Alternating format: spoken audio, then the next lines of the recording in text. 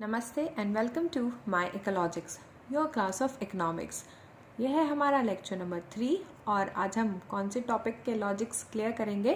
तो आज हम कंटिन्यू कर रहे हैं हमारा बेसिक कंसेप्ट्स का पार्ट 2। हमारे लेक्चर नंबर 2 में कई सारे ब्लैंक्स थे हमारे पास ब्लैंक स्पेस गेम में, तो आप देख सकते हैं सबके आंसर्स आपके लिए यहाँ पर अवेलेबल हैं। आइए चेक करते हैं answers. There are 4 sectors in an economy. Household sector is the owner of factors of production. Producers hires these factors and makes factor payments to them.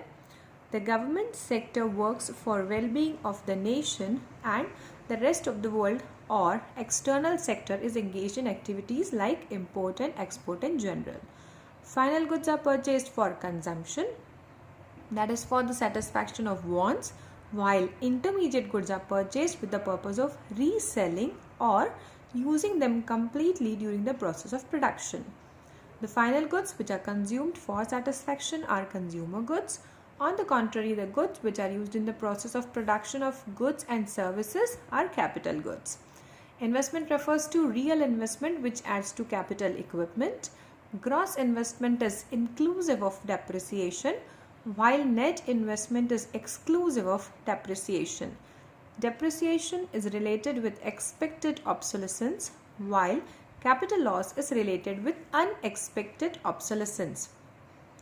I hope आपके काफ़ी सारे आंसर्स राइट होंगे, और अगर right नहीं है तो then you need to go to lecture number 2 again and revise, जहाँ पर भी आपको लग रहा है कि आप कुछ चीज़ें मिस कर रहे हैं। आगे बढ़ते हैं। तो आज के हमारे टॉपिक्स हैं types of investment, stocks and flows, injections and leakages, indirect taxes and subsidies. आप हिंदी में भी टॉपिक चेक कर सकते हैं। टाइप्स ऑफ इन्वेस्टमेंट हमने यहाँ पर एक छोटा सा समरी लिया है। So investment it is a process of capital formation, और हमने पिछले लेक्चर में भी देखा था हमारे पास फिक्स्ड, इन्वेंट्री, ग्रॉस और नेट 4 तरीके के इन्वेस्टमेंट हैं। फिक्स्ड इन्वेस्टमेंट जिसे हम increase in stock of fixed assets भी कहते हैं, और inventory investment increase in stock of raw materials, semi finished goods and finished goods. Examples हम लेक्चर 2 में कवर कर चुके हैं। Gross investment it is an addition to capital stock of an economy, and net investment is net addition to capital stock of an economy.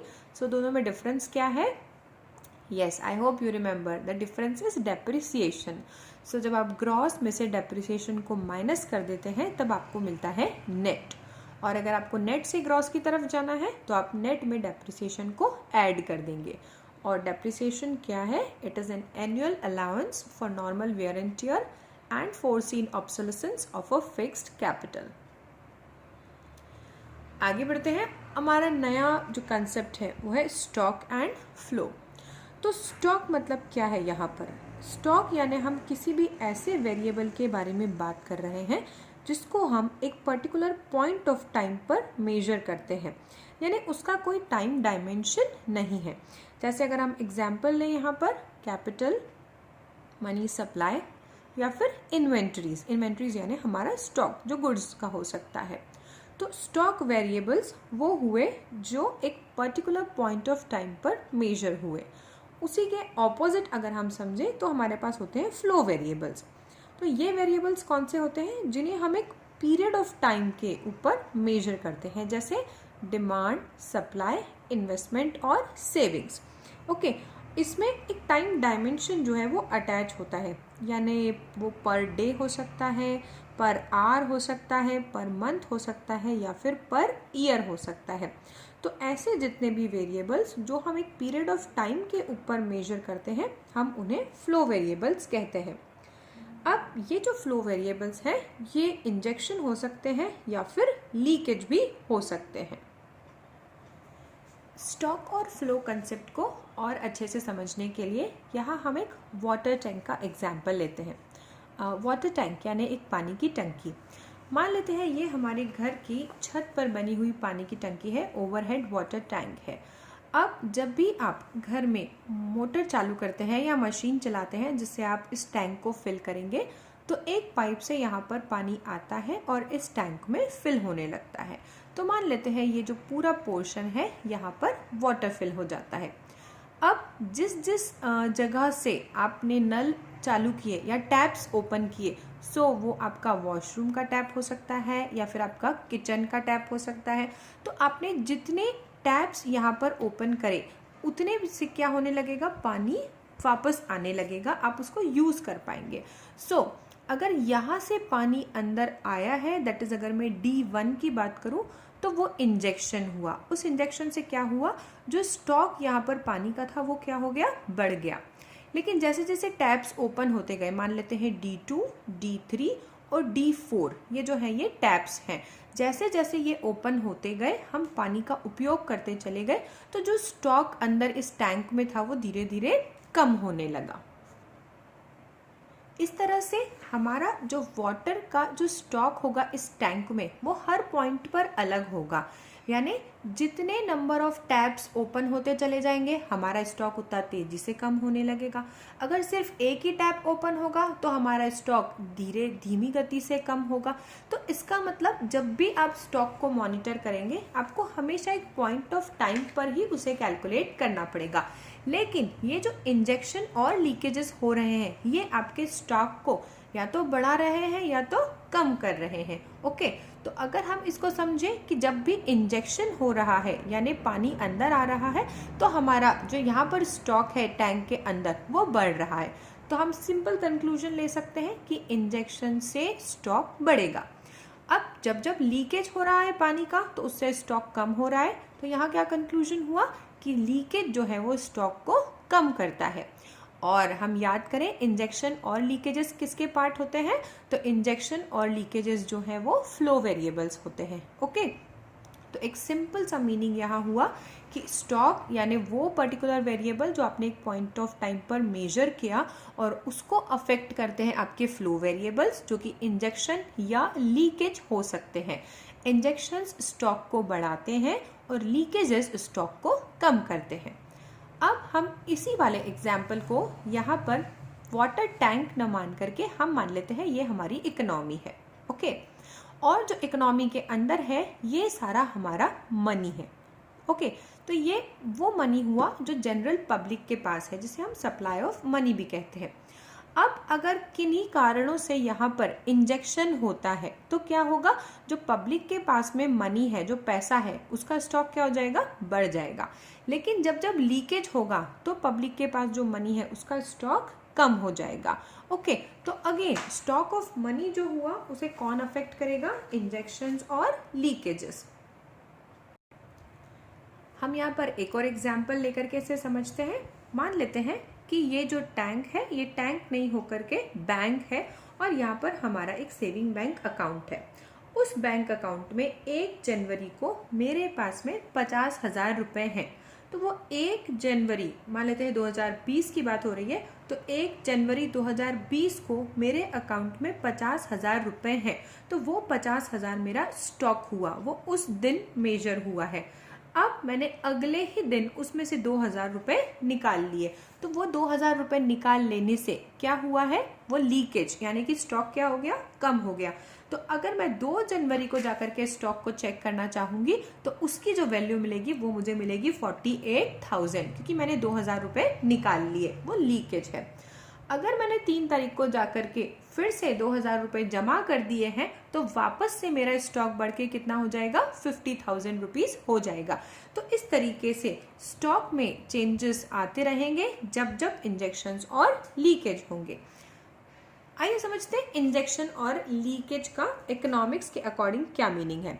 So injection मतलब introduction of income into the flow, यानी ऐसा कोई भी flow variable जिसका positive impact हो रहा है किसी भी प्रोडक्शन प्रोसेस पे या फिर इनकम जनरेशन प्रोसेस पे। जैसे कि आप बात कर सकते हैं इन्वेस्टमेंट अगर आप करते हैं तो पैसा इकोनॉमी में आ रहा है लोगों के पास। अगर गवर्नमेंट स्पेंडिंग करती है, गवर्नमेंट कोई खर्चा करती है, तो फिर से पब्लिक के पास जो सप्लाई ऑफ मनी है वो बढ़ रहा है। अगर आप एक्सपोर्ट्स की बात लेते हैं तो एक्सपोर्ट में गुड्स इकोनॉमी के बाहर जा रहे हैं लेकिन पैसा इकोनॉमी के अंदर आ रहा है। ओके, तो जब भी आप इंजेक्शन या लीकेज कंसेप्ट को समझ रहे हैं, आपको मनी पर फोकस करना है। तो इंजेक्शन वो सारी सिचुएशंस हुई जिससे जो भी सर्कुलर फ्लो ऑफ इनकम है आपकी इकोनॉमी में, जिस तरीके से इनकम फ्लो हो रही है उसमें कोई भी एडिशन हो रहा है तो वो इंजेक्शन के कारण हो रहा है। ओके, तो इंजेक्शन एक तरीके से हमारे लिए पॉजिटिव इम्पैक्ट हुआ हमारे प्रोडक्शन प्रोसेस पे और इनकम जनरेशन पे। उसी के ऑपोजिट अगर हम बात करें लीकेजेस की, तो लीकेज क्या है? ये वो इनकम है जो एग्जिट ले रही है इकोनॉमी से। अब इसके एग्जिट ले लेने से, एग्जिट यानी बाहर चले जाने से, जब ये बाहर चली जाती है तो इसका एक नेगेटिव इम्पैक्ट होता है प्रोडक्शन प्रोसेस पे या फिर इनकम जनरेशन पे। जैसे मान लेते हैं आपने सेविंग्स किया तो पैसा वापस नहीं आया जनरल पब्लिक के पास, आपने गवर्नमेंट को टैक्स पे करा तो वापस से पैसा पब्लिक के पास से गवर्नमेंट के पास चला गया, आपने गुड्स का इंपोर्ट करा तो गुड्स तो आपकी इकोनॉमी के अंदर आ गए लेकिन आपका पैसा आपकी इकोनॉमी से बाहर चला गया। सो अगर हम इसको सिंपली ये बोलें कि लीकेज मतलब विड्रॉल ऑफ मनी है, तो yes it is withdrawal of money from the circular flow of income, यानी जो एक सर्कुलर फ्लो इनकम का था इकोनॉमी में उसमें से पैसा जो है वो बाहर चला गया, जो वापस नहीं आया उस फ्लो में। तो इसके कारण से हमारी प्रोडक्शन प्रोसेस और इनकम जनरेशन पर नेगेटिव इफेक्ट पड़ेगा। ओके, अब अगर हम चाहते हैं कि हमारी इकोनॉमी इक्विलिब्रियम में रहे तो हमें क्या देखना पड़ेगा? हमें किस बात का ध्यान रखना पड़ेगा कि जितना इंजेक्शन हो रहा है उतना ही लीकेज हो, या फिर जितना लीकेज हो रहा है उतना ही इंजेक्शन हो। अगर ये दोनों बराबर नहीं होते हैं तो हमारी इकोनॉमी डिसइक्विलिब्रियम में चली जाएगी। ओके, यानी या तो इंजेक्शन लीकेजेस से ज़्यादा है या फिर लीकेजेस इंजेक्शन से ज़्यादा है, तो उन दोनों ही डिसइक्विलिब्रियम में या तो पब्लिक के पास एक्सेस मनी हो जाएगा यानी ज़्यादा पैसा होगा, या फिर पैसे का डेफिसिट हो जाएगा यानी पैसे की कमी हो जाएगी। तो हमें उन चीज़ों को, उन सिचुएशंस को अवॉइड करने के लिए इकोनॉमी को इक्विलिब्रियम में रखना होता है। उसके लिए हम कोशिश करते हैं कि इंजेक्शंस और लीकेजेस जो है हमेशा बराबर रहें। तो इन फ्लो वेरिएबल्स को समझने के बाद में आप स्टॉक और फ्लो का इंटर रिलेशनशिप समझ सकते हैं। जैसे हमेशा अगर आप स्टॉक्स को यूज़ करेंगे तो उससे फ्लो बनेगा, फ्लो को यूज़ करेंगे तो वो स्टॉक को भी अफेक्ट करेगा। जैसे हम एक एग्जांपल लें, कैपिटल जो है वो एक स्टॉक वेरिएबल है, लेकिन अगर हमने कैपिटल को प्रोडक्शन के लिए यूज़ करा तो अब उससे क्या होने लगा? आउटपुट बढ़ने लगा और इनकम बढ़ने लगी। तो आउटपुट और इनकम क्या हुए? फ्लो वेरिएबल्स जो चेंज हो रहे हैं। तो फ्लो वेरिएबल्स क्यों चेंज हो रहे हैं? क्योंकि स्टॉक में चेंज हुआ है। इसी तरीके से अगर हम समझना चाहें कि फ्लो कैसे अफेक्ट कर सकता है स्टॉक को, तो मान लेते हैं कि अगर किसी इंडिविजुअल की सैलरी में इंक्रीमेंट हो जाता है, उसकी सैलरी बढ़ जाती है, तो सैलरी के बढ़ने के साथ में उसके सेविंग्स भी बढ़ जाएंगे। अब जब वो बैंक में जाकर के सेविंग डिपॉजिट कर देगा तो जो स्टॉक ऑफ मनी बैंक के पास में है वो क्या हो जाएगा? बढ़ जाएगा, जो अभी हमने एग्जाम्पल में भी लिया था। तो इस तरीके से फ्लो वेरिएबल्स जो हैं वो स्टॉक को अफेक्ट करेंगे। अगर वो फ्लो वेरिएबल लीकेज है तो स्टॉक डिक्रीज होगा, और अगर वो फ्लो वेरिएबल इंजेक्शन है तो स्टॉक इंक्रीज होगा। नेक्स्ट लेते हैं एक और basic meaning, indirect taxes and subsidies. तो यहाँ पर आपके सामने बहुत ही सिंपल और क्लियर मीनिंग है। जब आप इनडायरेक्ट टैक्स की बात कर रहे हैं तो आप उस टैक्स के बारे में बात कर रहे हैं जो गवर्नमेंट ने किसी भी गुड्स या सर्विसेज के प्रोडक्शन या फिर सेल पे लगाया है। से फॉर एग्जांपल गुड्स या सर्विसेज टैक्स, जिसे हम जीएसटी भी कहते हैं, कस्टम ड्यूटीज या फिर सर्विस टैक्स एक्सेट्रा। सो इनडायरेक्ट टैक्स अप्रत्यक्ष कर जिसको हम बोलते हैं, ये वो टैक्स है जिसका किसी भी पर्सन पर डायरेक्टली बर्डन नहीं पड़ रहा है, उसके बदले उसे वो ट्रांसफ़र किया जा रहा है बर्डन।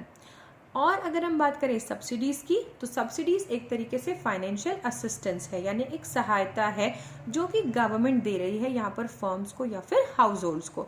जैसे हमारे पास एग्जांपल है कैश ग्रांट्स, यानी गवर्नमेंट ने कोई ग्रांट दे दिया मनी का, या फिर गवर्नमेंट ने इंटरेस्ट फ्री लोन्स दे दिया फर्म्स को ताकि वो अपना प्रोडक्शन बढ़ा सके। गवर्नमेंट ने सब्सिडी दे दिया कुकिंग गैस का हाउस होल्ड्स को क्योंकि वो उनकी बेसिक नेसेसिटी है।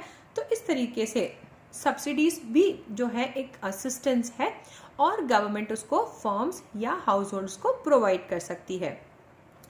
इन दोनों चीज़ों में अगर हम ध्यान दें तो इनडायरेक्ट टैक्सेस में इन जनरल जो पैसा है वो पब्लिक के पास से गवर्नमेंट के पास आ रहा है, और अगर सब्सिडीज में गवर्नमेंट ग्रांट दे रही है तो पैसा गवर्नमेंट के पास से पब्लिक के पास आ रहा है।